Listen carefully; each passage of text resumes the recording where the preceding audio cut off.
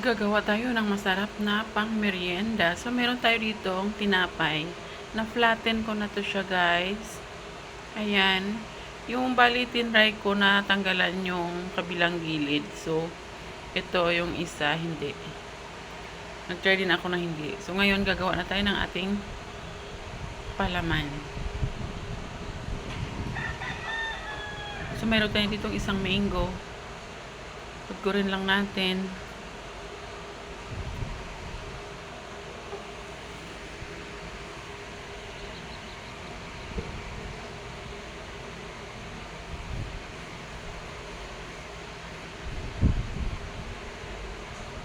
Yan, ganyanin na natin.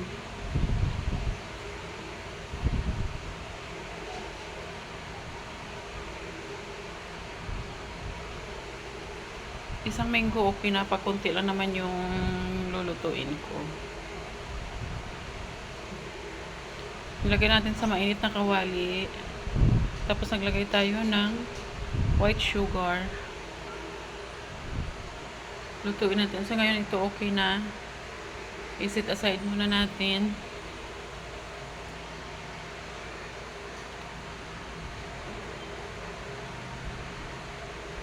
So ganyan na guys. So ngayon magpapalaman na tayo ng ating bread.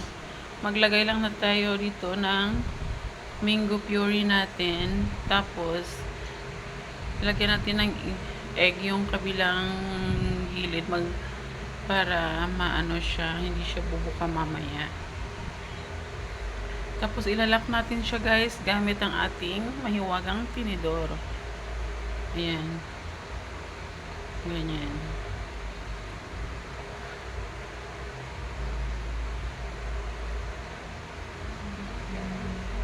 Ganyan. Ayan.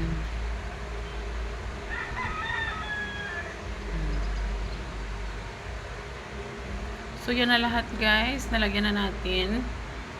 Ngayon mag-proceed tayo sa pagkukoting. Meron ako dito tirang breadcrumbs pa. Ubusin ko lang to guys kasi nung 2024 pa to, baka ma-expired, sayang naman. So ngayon i-dip natin dito sa ating egg bago natin i-coat sa ating breadcrumbs. Yan, i-dip natin. Isa-isa lang, repeat the process hanggang sa maubos, matapos. Ayan, yan.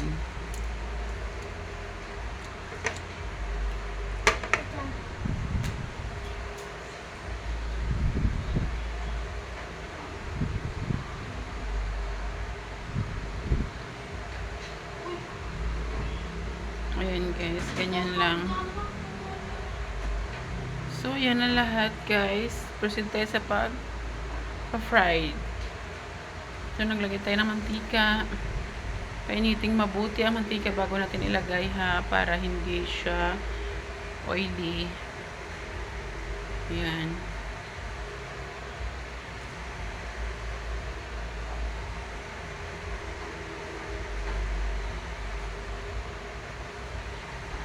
Ayan na guys, luto na ang ating mango pie ng Jollibee. O, diba guys, ang sarap nito. Try nyo guys.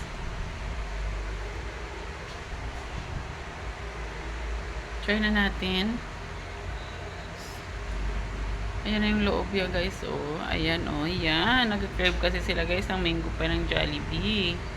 Kaya gumawa na lang ako. Tamang-tama may bread ako dito at saka ibang ingredients. Kaya yan.